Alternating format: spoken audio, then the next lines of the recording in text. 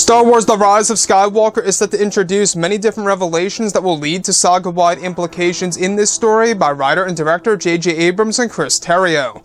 This is Mike Zero. Make sure to subscribe if you're new to the channel for future Star Wars content. So what's really exciting about Episode 9 is that we do know that this film is going to have a lot of different twists and turns that's going to change our view of the past 8 Star Wars films. And on top of all of this, J.J. Abrams really is trying his very best in order to mark this movie down as the best of the sequel trilogy. Now, is it possible that J.J. can really make this, the best of the entire Skywalker saga?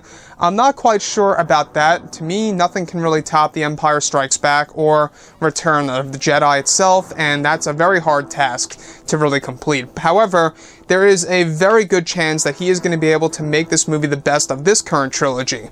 Now, these past couple of weeks or so, we've been learning a whole lot more about this film, and when it all comes down to one of the concept art descriptions, this is where things begin to get very exciting for Episode 9. Now, specifically, what's really intriguing about all of this is that a description of Kylo Ren traveling into the abandoned First Order base that once belonged to Supreme Leader Snoke, where it's described that Kylo eventually reaches Snoke's original throne room that contains his vault. It said that Kylo discovers and activates a holo projector that projects a hologram of Snoke, talking about Palpatine and Anakin Skywalker. The projection was said to be recorded some months before Revenge of the Sith, where Snoke describes that he had once mentally connected and met with Anakin, and communicated with Anakin during his time in one of the Dark Shrines in the Outer Rim, while Snoke was in hiding over in the Unknown Regions.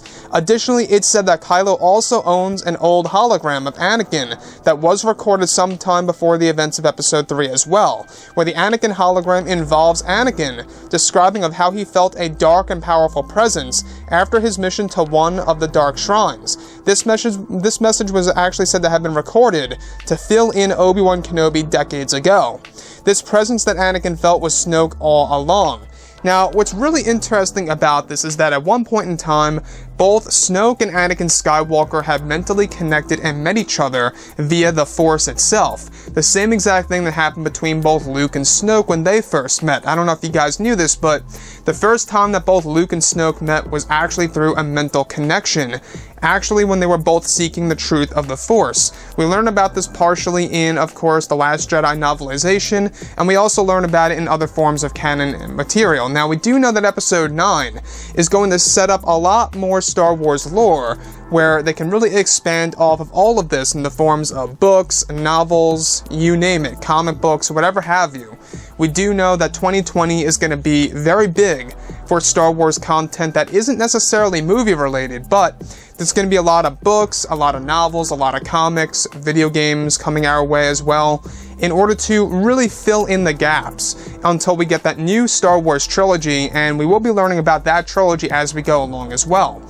But I digress. What's really interesting about Anakin is that he traveled to one of the Dark Shrines. Now, within this shrine, he was able to connect and meet up with Snoke. Now, we're not quite sure if Anakin really knew who Snoke was or what Snoke's intentions really were, but Snoke actually knew Anakin Skywalker. He has been watching over the Skywalkers for a very long time. In case you guys did not know, we've been going over a lot of these different leaks there, one of which had Snoke watching over both Palpatine and Anakin, to the point where Palpatine manipulated Anakin into becoming Darth Vader. Snoke saw everything from the very start. Hence why Snoke says in the novelization to Kylo Ren of The Force Awakens, "I have seen the rise and the fall of the Galactic Empire." So he saw everything that was happening, ranging from Order 66 to Anakin Skywalker turning to the dark side, etc. So this whole entire, connection between both Anakin and Snoke is also, discovered through Kylo Ren's hologram of Anakin Skywalker. He owns an actual hologram of his grandfather before he actually turned to the dark side itself, where he's actually tuning into Obi-Wan Kenobi. Now, that's a very interesting point, because we do know that Kylo Ren, as far as what we know in the current canon material, is that Kylo Ren knows little to nothing about his grandfather, Anakin. However, he knows a lot about the other side, of course, being Darth Vader. So this is the type of Star Wars lore that I think a lot of fans really enjoy and a lot of fans really love, is how J.J. Abrams is really crafting a lot of new continuity that's going to be pretty much, laid down as a foundation in The Rise of Skywalker and really built up throughout 2020 through a lot of books and novels and other, aspects of the Star Wars franchise that's going to be published by Disney, Lucasfilm, and others in order to really build after the events of the sequel trilogy.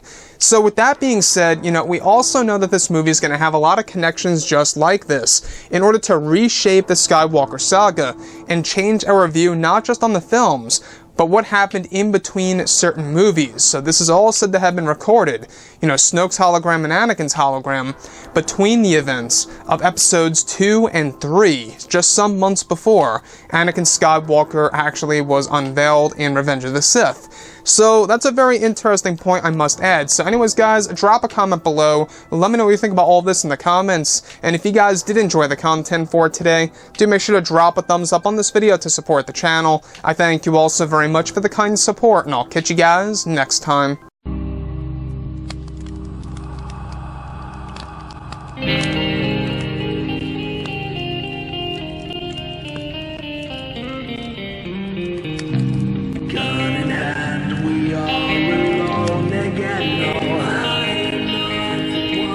From night to morning.